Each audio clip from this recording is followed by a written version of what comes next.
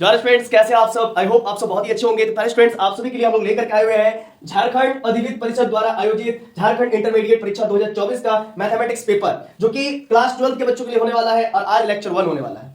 तो आज जो है कि हम आप लोगों को बताने जाएंगे। अच्छा, जो भी मैं पढ़ाता हूं सबसे पहले क्लियर कर देता हूं कि आज मैं क्या पढ़ाने जा रहा हूं। तो जैसा कि मैं टुडेस टारगेट में लिख के रखता हूं हर बार कि आज क्या होने वाला है, ठीक है ना। तो देखिए, आप लोग ये बहुत अच्छे से मालूम होगा, मेरे पढ़ाने का अंदाज, मेरे पढ़ाने का तरीका दूसरों से एकदम जुदा है, एकदम अलग है। मैं टुडेस टारगेट के माध्यम से बच्चों के जहन में क्लियर कर देता हूं कि मैं आज क्या पढ़ाने जा रहा हूं। जैसे कि लिखा हुआ है solve model paper maths 2024 JAC द्वारा, झारखंड एकेडमिक काउंसिल द्वारा जो मॉडल पेपर जारी हुआ है उसी का हम लोग सॉल्यूशंस करने वाले हैं। और जैसे ही जो मॉडल पेपर का सॉल्यूशंस खत्म होता है तो इसके बाद हम लोग एक टेस्ट सीरीज आप लोग के लिए जारी करेंगे और साथ ही साथ हम लोग क्वेश्चंस प्रैक्टिस भी करवाएंगे। करीब करीब 100 से 150 क्वेश्चंस का प्रैक्टिस करवाएंगे और उससे बाहर एक भी क्वेश्चंस आप लोगों का नहीं आएगा, ठीक है ना। क्वेश्चन नंबर 1 to 10 आज हम आपको करवाएंगे, एमसीक्यूज प्रैक्टिस कराएंगे फॉर 1 मार्क्स ईच क्वेश्चंस, ठीक है। तो आइए देखिए, ये आप लोग का झारखंड जो अधिविद्य परिषद है यानी कि जैक काउंसिल है, उसके द्वारा जो मॉडल पेपर जारी हुआ है उसी से रिलेटेड जो क्वेश्चंस किया गया है, क्वेश्चंस दिया गया है MCQs for each question 1 marks, उसी को सॉल्व कर रहे हैं। देखिए, आज जो है कि question number 1 to question number 10 तक करेंगे। इसके बाद फिर नेक्स्ट लेक्चर में क्वेश्चन नंबर 11 से क्वेश्चन नंबर 20 तक करेंगे, ठीक है ना। तो क्या है बच्चों, a relation R on set 1 2 3 is given by, relation है 1 1 2 2 1 2 3 3 2 3। देखिए जरा समझिएगा, ये रिलेशन है 1 1 1 1 रिलेशन है, फिर 2 से 2 का रिलेशन है, ठीक है ना। फिर 1 का 2 से रिलेशन है ना। फिर 1 का, देखिए 1 से 1 का रिलेशन है, 2 का 2 से रिलेशन है, 1 का 2 से रिलेशन है, ठीक है ना, 1 का 2 से रिलेशन है।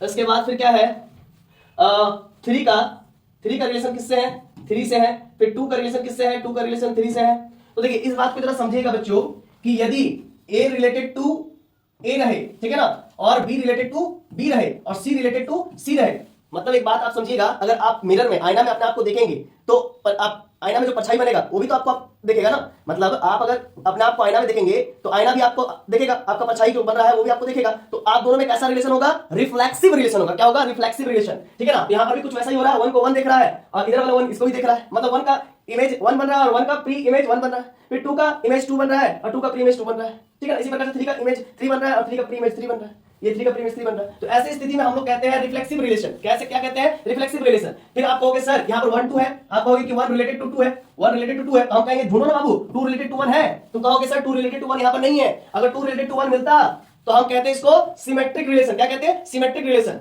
है ना। ऐसा तो मिल नहीं रहा है। अच्छा, 2 रिलेटेड टू 3 मिल रहा है, लेकिन 3 रिलेटेड टू 2 मिल रहा है क्या, नहीं मिल रहा है। अगर 3 रिलेटेड टू 2 मिल जाता तो हम लोग इसको क्या कहते हैं, सिमेट्रिक रिलेशन कहते हैं, है ना। तो यहाँ पर 1 से 1 रिलेटेड है, 2 से 2 रिलेटेड है, 3 से 3 रिलेटेड है, इसीलिए इसको क्या कह रहे हैं हम लोग, रिफ्लेक्सिव रिलेशन कह रहे हैं। अच्छा, ट्रांजिटिव कब कहलाता, ट्रांजिटिव तब कहलाता जब A रिलेटेड टू B होता और B रिलेटेड टू C होता। A को B जानता, B को C जानता, तो उस केस में अगर A को C जानता, A रिलेटेड टू C रहता तो इसको ट्रांजिटिव रिलेशन कहते हैं। तो सब तो फेल हो गया ना, तो ट्रांजिटिव है, ट्रांजिटिव तो है नहीं, ना ही सिमेट्रिक है, नहीं है। तो अच्छा, सिमेट्रिक और ट्रांजिटिव एक साथ भी नहीं है ना, तो सिमेट्रिक होता तब तो ट्रांजिटिव होता ना।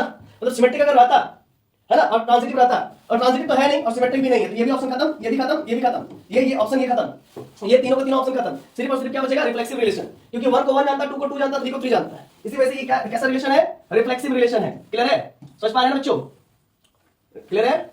Option number A, reflexive relation. I hope आप लोग बातें समझ में आ गई होगी। आइए नेक्स्ट क्वेश्चन को ध्यान देंगे। क्या है क्वेश्चन में स्टूडेंट्स, ध्यान देगा, fx equals to x cube, ये हमारा फंक्शन दिया हुआ है। अब बोलता भी ये function whose with domain, domain कितना है बाबू, 0 1 2 3, है ना, ये डोमेन है। डोमेन जो इनपुट होता है ना उसी को डोमेन कहते हैं। और इस तरफ देखिएगा, तो अब यहाँ पर 1 रखिए, 0 रखिए, डोमेन में 0 रखेंगे, 0 का क्यूब 0 होता है, तो 0 का क्यूब 0 हो गया। यहाँ 0 पर क्या होगा, 0 का क्यूब 0 ही होगा, ठीक। 1 का क्यूब कितना होता है, 1 होता है। फिर 2 का क्यूब कितना होगा, देखिए 1 रखेंगे तो यहाँ पर 1 का क्यूब क्या हो गया 1, और यहाँ पर 2 रखिए तो 2 का क्यूब कितना होगा, 2 का क्यूब 8 होता है, यहाँ पर लिखिए 8। फिर 3 का क्यूब कितना होता है, देखिए F3 पर क्या होगा बच्चों, 3 का क्यूब का मतलब होता है 27, 3 3 9 9 27। और ये फंक्शन कैसा है, F फंक्शन, F कहां से, इस डोमेन से इस कोडोमेन तक, ठीक है ना।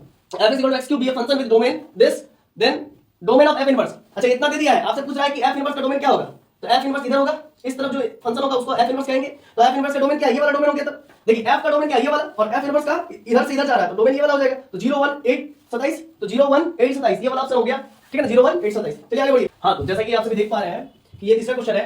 तीसरा क्वेश्चन में कहा जा रहा है कि sin tan इनवर्स x, इसका वैल्यू पूछा जा रहा है और ऑप्शन दे दिया है। आपको एक बात बता दूं, फार्मूला एक बता देता हूं, tan इनवर्स x का sin inverse x root over 1 plus x square, मतलब टेन इनवर्स एक्स को हम लोग इस प्रकार से साइन में भी चेंज करके लिख सकते हैं। और ये फार्मूला कहां का है? आईटीएफ का, इनवर्स ट्रिग्नोमेट्रिकल फंक्शंस का। टेन इनवर्स एक्स बराबर होता है sine inverse x upon 1 upon sine inverse x upon root over 1 plus x square होता है। इसीलिए से साइन टेन इनवर्स एक्स के यहां पर लिखूंगा sine inverse x upon root over 1 plus x square होगा। और आपको बहुत अच्छे से मालूम होगा sine into sine inverse x बराबर x होता है, ये x upon root over 1 plus x square निकल जाएगा। इस वजह से कौन सा आंसर हो जाएगा? Option number D. आइए बढ़ते हैं नेक्स्ट क्वेश्चन की ओर। देखिए क्या कहता है कि cot inverse 1/√3 minus cos inverse minus 1/2 is equals to, इन चारों ऑप्शन में आपको सिलेक्ट करना है। हम यहां पर ये कहना चाह रहे हैं कि हमारे पास दिया हुआ है cot inverse 1/√3 minus cos inverse minus 1/2। तो सिंपली हम लोग क्या जानते हैं, cot इनवर्स 1/√3 कब होता है? तो 60 डिग्री में। तो cot का वैल्यू 1/√3 कब होता है? तो 60 डिग्री में। क्यों सर? क्योंकि tan का वैल्यू, tan 60 डिग्री का वैल्यू है ना, है ना, tan 60 डिग्री का वैल्यू क्या होता है आपको मालूम है? tan 60 डिग्री का वैल्यू यहां पर cot π/3 होगा, ठीक है ना। तो tan 60 डिग्री का वैल्यू क्या होता है मालूम है आपको? √3 होता है। और tan 30 का वैल्यू 1/√3 होता है। तो tan 60 का वैल्यू होता है ऊपर पाई का वैल्यू 180 और 3 3 18 60 डिग्री कैसे लिखते हैं? तो tan 60 डिग्री का वैल्यू √3 होता है, ठीक है। तो इसका उल्टा हो जाएगा, cot 60 डिग्री का वैल्यू 3 1/√3 हो जाएगा। अब माइनस लगा करके यहां पर ब्रैकेट लगाइए और एक यहां पर फार्मूला लिख दीजिए, है ना, एक यहां पर फार्मूला लिख दीजिए। cos इनवर्स माइनस x बराबर यहां पर होगा पाई माइनस cos इनवर्स x हो जाएगा। ये फार्मूला है, ठीक है। ये इनवर्स ट्रिग्नोमेट्रिकल का फार्मूला है, ट्रिग्नोमेट्रिक चैप्टर है inverse ITF, inverse trigonometric functions. तो cos इनवर्स माइनस x का फार्मूला होता है पाई माइनस cos इनवर्स x, ठीक है, ये याद रखिएगा। तो ये हो जाएगा पाई माइनस क्या होगा बच्चों? पाई माइनस cos इनवर्स क्या होगा? cos इनवर्स 1/2, ठीक है ना, cos इनवर्स 1/2। फिर समझ लीजिएगा मैं यहां पर क्या कहना चाह रहा हूं, cos इनवर्स माइनस x का वैल्यू क्या होता है? पाई माइनस cos इनवर्स x। तो इसी फार्मूला के according cos inverse negative of 1/2 है, तो पाई माइनस cos इनवर्स 1/2। क्लियर है? अच्छा यहां तक तो क्लियर है। फिर से एक बार समझ लीजिएगा, हम क्या कहना चाह रहे हैं कि 1/√3 कब आता है cot में? तो π/3 पे आता है, मतलब 60 डिग्री पर, है ना। तो आपको एक बहुत अच्छे से बात मालूम है कि since cot inverse cot x बराबर क्या होता है? x होता है, ठीक है ना, ये होता है। तो यहां पर इसलिए π/3 निकल जाएगा, minus pi minus cos inverse cos π/3। क्यों भाई? क्योंकि cos π/3 का वैल्यू 1/2 होता है ना। cos का वैल्यू 1/2 कब होता है?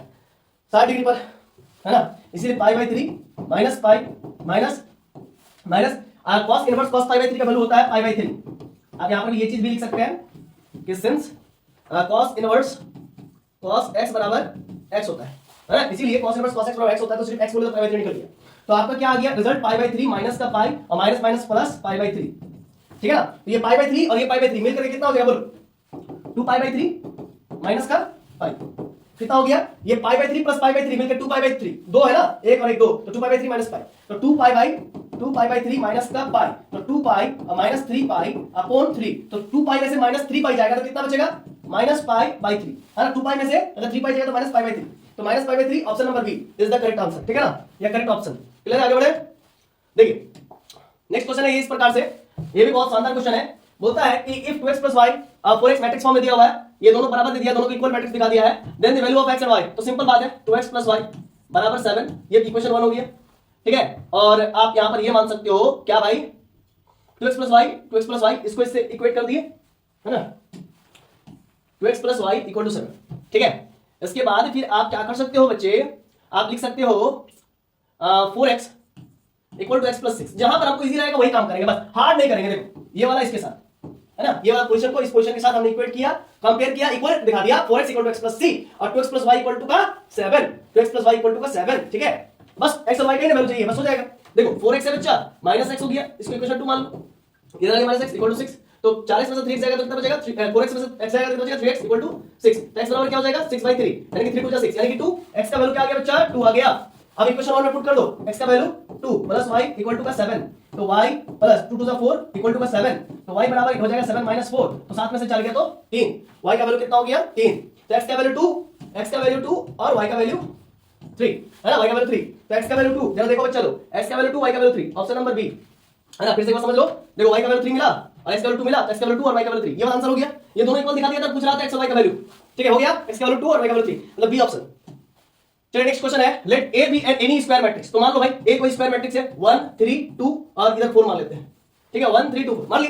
अब बोलता है कि a B any square matrix, then a + a' क्या होगा, मतलब ये पूछ रहा है कि a + a' तब क्या होगा, तो इसके लिए हमको a' चाहिए होगा, तो चलो a' निकाल लो फिर, ठीक है ना, a' निकाल लो। चलो तो a' कैसे निकलेगा? a' बोले तो a का ट्रांसपोज ना, तो जो सोया हुआ है उसको खड़ा कर दीजिए, जो सोया हुआ उसको खड़ा कर दीजिए, है ना, जो सोया हुआ 1 3 सोया हुआ उसको खड़ा कर दिए, तो 2 4 सोया हुआ उसको खड़ा कर दिए, ठीक है, दोनों को जोड़ दीजिए। चलो देखिए a + a का ट्रांसपोज को जोड़ दीजिए, आप लोग एकदम हमारे साथ विश्वास करते हैं, एकदम अंतिम तक बने रहिए, देखिए हम आप लोग के लिए क्या नहीं कर सकते हैं, ठीक है ना। बस आप लोग हमारा विश्वास कीजिए, हम आप लोगों का साथ देंगे, आप लोग हम लोगों का साथ दीजिए, ठीक है ना। देखिए एक क्या है बच्चों, 1 3 और 2 4 और 1 2 3 4। देखिए ए का वैल्यू 1 3 2 4, एडस का वैल्यू 1 2 3 4, ठीक है ना। क्लियर है, अब दोनों जोड़ दीजिए, एक और एक 2, 3 और 2 5, 3 और 2 5 और 4 और 4 8। समझ गए हमने क्या बोला, उस चीज को समझिएगा। हमने लिया था 1 3 2 4, ए का वैल्यू 1 3 2 4, ये सोए हुए को खड़ा किए, सोए हुए को खड़ा किए। अब 1 3 2 4 1 2 3 4, 1 + 1 2 3 2 5 और 2 3 5 और 4 और 4 8, ठीक है। तो अब a + a' को हम लोग लेट कर लेते हैं, s कोई s मैट्रिक्स लेट कर लेते हैं। तो s मैट्रिक्स बराबर क्या है, s मैट्रिक्स बराबर आ गया हम लोगों का 2 5 5 8, 2 5 5 8। अब इसको ट्रांसपोज करके देखिए, हमको क्या चेक करने बोल रहा है, आइडेंटिटी मैट्रिक्स है, आइडेंटिफाई नहीं होगा, आइडेंटिटी मैट्रिक्स, ठीक है। ए ऑप्शन बोल रहा है कि a + a', देखो सबसे पहले बोला है कि a कोई स्क्वायर मैट्रिक्स है, तो a कोई हमने स्क्वायर मैट्रिक्स 2/2 का ले लिया। फिर आपसे पूछा जा रहा है कि a + a' क्या होगा, तो आप चेक करो कि आइडेंटिटी है, आइडेंटिटी तो है नहीं, तो पहले ही वाला ऑप्शन कैंसिल। अब दूसरा में चेक करने वाला सिमेट्रिक है या नहीं। सिमेट्रिक तभी होता है यदि उस मैट्रिक्स को ट्रांसपोज करें और उसमें कोई बदलाव नहीं आए, तो उसको सिमेट्रिक मैट्रिक्स कहते हैं, ठीक है ना। तो इसको ट्रांसपोज करो बच्चा, जो सोए हुए हैं उसको खड़ा कर दो, जो सोए हुए हैं उसको खड़ा कर दो। अब बताओ कोई बदलाव आया, 2 5 5 8 एज इट इज है। तो जब s और s' बराबर हो गया, मतलब जो ओरिजिनल मैट्रिक्स है उसको ट्रांसपोज किए तो भी वो पहले के ही बराबर है। जो ओरिजिनल मैट्रिक्स s था उसको ट्रांसपोज किया, s' बना, वो अब भी बराबर है s के ही। अगर ऐसा स्थिति आ जाए तो उसको कहते हैं सिमेट्रिक मैट्रिक्स, ठीक है ना, सिमेट्रिक मैट्रिक्स कहते हैं। तो ऑप्शन बी आंसर सही हो गया। अच्छा स्क्यू सिमेट्रिक मैट्रिक्स है क्या, स्क्यू सिमेट्रिक तभी होता है जब s' बराबर -s हो जाए। तो यहां पर तो है नहीं, ऐसा तो हो नहीं रहा कहीं पर। अच्छा तो स्क्यू सिमेट्रिक नहीं होगा, इसका मतलब फिर नॉन ऑफ दिस, तो सवाल ही नहीं पैदा हो रहा, क्योंकि सिमेट्रिक मैट्रिक्स हो गया। Option B is the answer correct, ठीक है ना, ऑप्शन करेक्ट। आइए आगे बढ़ते हैं। देखिए क्वेश्चन क्या है कि then find the value of x, x बराबर 2 हो गया, सिंपल। ये x को 2 से कंपेयर कर दीजिए, x बराबर 2 हो गया, ठीक। तो क्लियर है ना। आप इसको इसके साथ भी कर सकते हैं, इस क्वेश्चन को इस क्वेश्चन के साथ, 4 = 2x, तो 2 4 = 8 है ना, सॉरी 2 2 = 4, यानी कि x का वैल्यू 2, तो x का वैल्यू 2 आ गया, यानी कि ऑप्शन नंबर ए। ये तो आसान क्वेश्चन था भाई, इसको क्या बताना था, ठीक है। आइए आगे बढ़ते हैं। हाँ ये क्वेश्चन में दम है। What is the relation between a and b? a और b का रिलेशन बताना है। Show that the function defined by f(x = something) is continuous at x = 3. Continuous बोल दिया, तो जब फंक्शन कंटीन्यूअस होता है तो आपको मैं बता दूं कि left hand limit equal to right hand limit और फंक्शनल वैल्यू मान लेते हैं fa पर, है ना, ये तीनों का तीनों बराबर होता है। तो सबसे पहले हम लोग लेफ्ट हैंड लिमिट निकालते हैं। कहां पर लेफ्ट हैंड लिमिट निकालेंगे, एट x = 3 पर लेफ्ट हैंड लिमिट निकालेंगे। तो लेफ्ट हैंड लिमिट निकालने का तरीका, limit x → 3 minus function fx, ठीक है, equals to limit x → 3 minus, अब लेफ्ट हैंड लिमिट मतलब 3 से छोटा, 3 से छोटा मतलब ax + b, फंक्शन fx का वैल्यू क्या हो जाएगा, x + 1, है ना, x + 1 हो जाएगा। यहां पर x + 1 लिखिए फंक्शन fx के यहां पर। समझ में आया बाबू, हमने कहा कि x का वैल्यू लेस देन 3, देखो x → 3 माइनस है ना, तो इसीलिए x का वैल्यू लेस देन 3 पर x + 1 हो जाएगा, ठीक है ना, लेस देन 3 पर। ये क्लियर है ना, नेगेटिव वाला बात है ना, नेगेटिव वाला बात है ना, 0 की इस तरफ है ना, इसीलिए नेगेटिव -3 हो रहा है, 3 टू द पावर माइनस, है ना, यानी x → 3 माइनस। तो लेफ्ट हैंड साइड वाला क्या लेंगे, x का वैल्यू लेस देन 3 वाला लेंगे, तो x + 1 हो जाएगा। तो समझ पा रहे ना, जैसे समझाते आ रहे हो वैसे करते जाइए, इसी प्रकार का सब क्वेश्चन बनेगा। अगर आपके एग्जाम में नंबर भी चेंज कर दे तो आप लोग बना सकोगे, इस कदर हम आप लोग को समझा देंगे। h → 0, अब क्या करेंगे, h → 0 करेंगे, चलो, और जहां पर x है वहां पर 3 - h लिखेंगे, क्या लिखेंगे, 3 - h + 1। अब देखो +1 था, +1 दिए, अब देखो जैसे ही h → 0 करते हैं तो उस जगह पर देखो यहाँ पर 3 माइनस था तो इसीलिए 3 - h हो गया। अगर यहाँ पर 2 माइनस रहता तो यहाँ पर 2 - h होता, अगर 5 माइनस रहता तो 5 - h होता, ठीक है। तो x → 3 माइनस है इसलिए 3 - h हो गया। x → 10 माइनस रहता तो 10 - h हो जाता। आई होप मेरी बातों को आप लोग बहुत अच्छे से समझ गए होंगे, ठीक है ना। और चैनल पे नए हैं तो तुरंत जाके सब्सक्राइब कर लीजिए, तुरंत जल्द से जल्द सब्सक्राइब कर लीजिए, ठीक है ना। हम लोग का मनोबल बढ़ाइए, आप लोग भी अपना मनोबल बढ़ाइए। आप मेरा मनोबल बढ़ाइएगा तो आप लोग का मनोबल ऑटोमेटिक हम बढ़ाएंगे, ठीक है ना। देखिए आप h → 0 यानी कि जहां h वहां पे 0 पुट कीजिए, अपने दोस्तों के बीच, अपने फ्रेंड सर्कल में पूरा धुआं की तरह फैला दीजिए इस वीडियो को, ठीक है ना। h → 0 जहां पर h वहां पर 0 पुट कीजिए, तो जहां पर h वहां पर 0 पुट करेंगे तो क्या हो जाएगा, 3 - 0 अब प्लस का 1, ठीक है ना, ये हो जाएगा 3a अब प्लस का 1, है ना, 3 × a और 0 कोई माई बाप नहीं, तो 3a + 1। तो कुल मिलाकर के हम लोग के पास लेफ्ट हैंड लिमिट क्या आया है बाबू, लेफ्ट हैंड लिमिट निकल के आया है 3a + का 1। अब राइट हैंड लिमिट निकालना पड़ेगा, तो चलो नेक्स्ट स्लाइड में करते हैं राइट हैंड लिमिट। तो राइट हैंड लिमिट निकालने के लिए करेंगे क्या, लिमिट x → देखो RHL राइट हैंड लिमिट निकाल रहे हैं कहां पर, at x = 3 पर निकाल रहे हैं, ठीक है ना। तो x → 3 प्लस हो जाएगा इस बार। अब फंक्शन fx की जगह पर क्या होगा देखते हैं, चेक करेंगे। तो लिमिट x → 3 प्लस, और फंक्शन fx क्या है जरा देखिए, तो फंक्शन fx क्या है, x का वैल्यू 3 से बड़ा, तो देखो 3 से बड़ा मतलब इधर राइट हैंड साइड, तो 3 से बड़ा यानी कि 3 से बड़ा, तो क्या हो जाएगा bx + 3 हो जाएगा, होगा ना bx + 3। तो फंक्शन fx की जगह पर क्या लिखेंगे, अब bx + 3 लिखेंगे, ध्यान देगा, अब bx + 3 लिखेंगे यहां पर, फंक्शन fx bx + 3। अब क्या होगा स्टूडेंट्स, लिमिट h → 0, आइए b, अब देखो x → 3 प्लस बोला है ना, 3 प्लस में h → जैसे ही 0 करेगा तो उस जगह पर x की जगह पर क्या होगा, 3 + h होगा। मान के चलो अगर x → 5 प्लस होता तो इस जगह पर क्या होगा, 5 + h। अगर यहाँ पर 7 प्लस होता तो 7 + h होता, तो इसलिए यहाँ पर क्या हो जाएगा 3 + का h, ठीक है, क्या होगा 3 + का h। अब प्लस का 3, फिर से एक बार समझ लो, x टेंस टू 3 प्लस किया तो x के यहाँ पर 3 plus h, x tends to अगर 5 प्लस करते तो यहाँ पर x के यहाँ पर क्या होगा 5 प्लस h हो जाता है। आई होप आप लोगों को बातें समझ में आ रही होंगी, ठीक है ना। अब क्या करेंगे स्टूडेंट्स, अब हम लोग करेंगे जहां जहां h है वहां 0 पुटाएंगे, तो b 3 प्लस h का जगह 0 अब प्लस का 3, तो ये हो जाएगा 3b अब प्लस का 3, ठीक है ना। ठीक है, तो देखिए कोई काम नहीं आएगा बच्चों, ठीक है ना, आपका ज्ञान ही हमेशा काम आएगा, इसलिए बहुत अच्छे से मेहनत कीजिए। लास्ट जो समय है ना, ये लास्ट समय यही आपका जो है कि जीवन को लिखेगा, ठीक है ना, आपके भविष्य को लिखेगा, इसलिए बढ़िया से ध्यान से पढ़िए, ठीक है ना। h के जगह 0 हो जाएगा तो 3b प्लस 3, तो ये RHL क्या आ गया हम लोगों का, RHL आ गया 3b प्लस 3।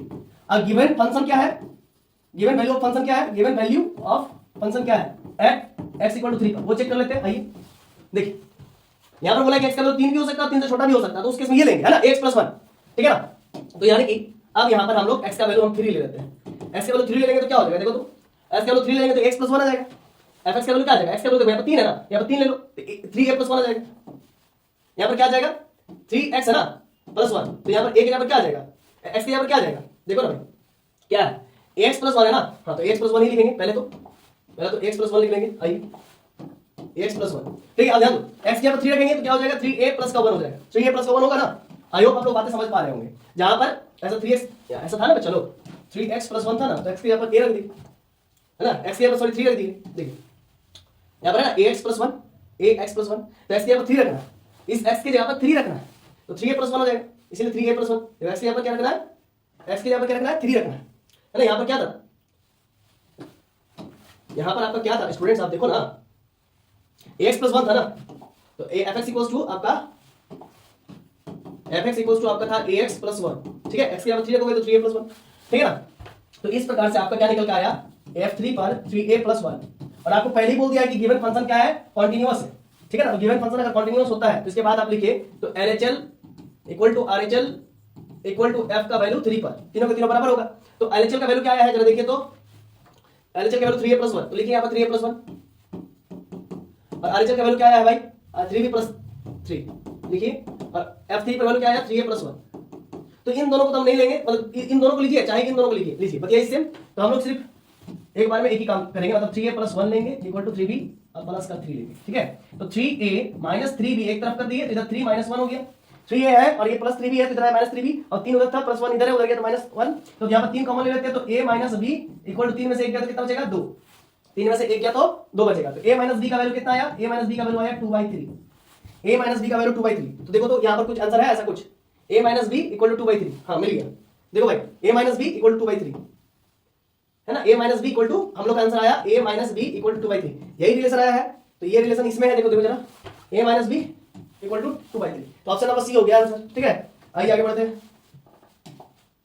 देखिए नेक्स्ट क्वेश्चन है y बराबर log इनटू log x, ठीक है ना, हमको निकालना है पूरा dy by dx, और x का वैल्यू 1 से बड़ा होना चाहिए, तो ऑब्वियस सी बात है log में अगर x का वैल्यू 1 से बड़ा नहीं रहे तो वो अनडिफाइंड टर्म हो जाता है, log फिर डिफाइन ही नहीं करता है, तो लिखेंगे differentiate both sides with respect to x, तो देयरफॉर क्या होगा dy by dx of y, और फंक्शन ऑफ फंक्शन रूल से क्या लिखेंगे log फिर log x, ठीक, तो log x, अब log को छोड़ेंगे नीचे क्या ले आएंगे log x, फिर ऊपर क्या ले जाएंगे log x, नीचे क्या ले आएंगे x, समझे, log को छोड़ा नीचे में log x लिया, फिर log x ऊपर लिया, log को छोड़ा नीचे में x, तो log x का डेरिवेटिव क्या होता है, देखो भाई यहां पर लिख दे रहे हैं, log x का जो डेरिवेटिव होता है with respect to x 1/x होता है, क्या होता है 1/x, तो d इसको पढ़ो dy by dx of log x, इसको x पढ़ रहे हैं तो क्या हो जाएगा 1/x, x बोले तो log x into log x का derivative with respect to x यानी कि 1/x, इसका आंसर क्या हो गया, आंसर हो गया x log x हो गया 1/x log x, देखो ये option number C 1/x log x, ठीक है, क्लियर कॉन्सेप्ट। आइए आगे बढ़ते हैं,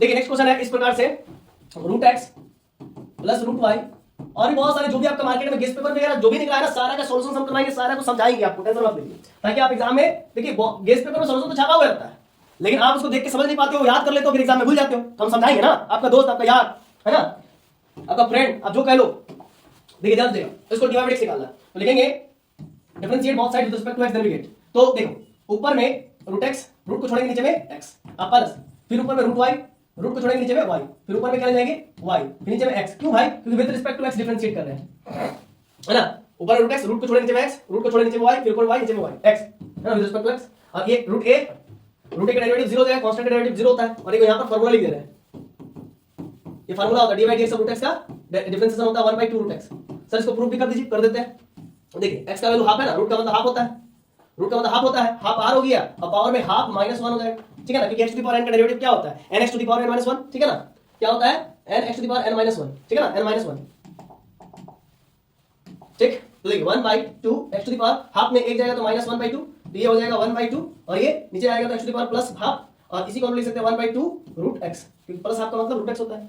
तो इस प्रकार से d/dx ऑफ रूट x का क्या हो जाएगा 1/2 रूट x, अब प्लस इसका भी क्या हो जाएगा d/dx ऑफ रूट y, मतलब d/dy of root y 1/2 root y according to root x, है ना, और into d/dx equal to 0। This imply that 1/2 root y dy dx बराबर, ये प्लस में है ना, ये वाला टर्म इधर आ जाएगा नेगेटिव ऑफ 1/2 रूट x, ठीक है, 1/2 रूट x, ये पॉजिटिव में है ना, इधर आएगा नेगेटिव में। अब इधर वाला इरेज कर देते हैं, आई होप इधर तो आप लिख ही चुके होंगे। ध्यान दीजिएगा आगे का सीन इस प्रकार से होगा। देखिए सबसे पहले ये 2 से ये 2 तो कट गया, ठीक है, अब इधर dy/dx बचा हुआ है, अब बराबर आपका बचा हुआ -1 रूट x, है ना, और ये इनटू में ये डिवाइड में है ना रूट y, तो इनटू में चला जाएगा, मल्टीप्लाई में रूट y ऊपर चला गया, डिवाइड में था ना जी रूट y, तो मल्टीप्लाई में चला गया, ये बचा -√y रूट x, यानी कि नेगेटिव ऑफ √y/x, ये हो जाएगा आंसर। देखिए तो है कहीं पर, या फिर इसको हम लोग ऐसा भी छोड़ सकते हैं, ऐसा भी छोड़ सकते हैं, इस पोजीशन पे भी छोड़ सकते हैं, तो कहीं पर है √y/√x -√y/√x, मतलब ऑप्शन नंबर सी, है ना, -√y/√x। आइए बढ़ते आगे। अच्छा आगे देखिए, आज तो 10 ही बताना था ना। चलिए तो आई होप आप लोगों को वीडियो पसंद आया होगा, हर एक क्वेश्चन समझ में आया होगा। अगर कहीं भी किसी प्रकार का किंतु परंतु है तो आप नीचे कमेंट सेक्शन में अपना कमेंट छोड़ सकते हैं, या फिर दिए गए नंबर पर आप अपने डाउट्स को भी पूछ सकते हैं। और अगर आप लोग हमारे व्हाट्सएप ग्रुप में ज्वाइन करना चाहते हैं तो हमें आप इसी नंबर पर मैसेज कीजिए। यथासंभव आप लोगों का प्रयास करेंगे कि हर एक प्रॉब्लम का सॉर्ट आउट हो सके, चाहे फिजिक्स से रिलेटेड हो, चाहे केमिस्ट्री से रिलेटेड हो, चाहे इकोनॉमिक्स से रिलेटेड हो, चाहे इंग्लिश से रिलेटेड हो, कोई भी सब्जेक्ट से अगर आप रिलेशन रखते हो, चाहे आर्ट्स कॉमर्स साइंस किसी भी सब्जेक्ट अगर क्लास 11 12 से है, तो आप हमें एक बार व्हाट्सएप कीजिए, हम आपको हर एक संभव प्रयास करेंगे आप लोगों का मदद करने का, ठीक है ना।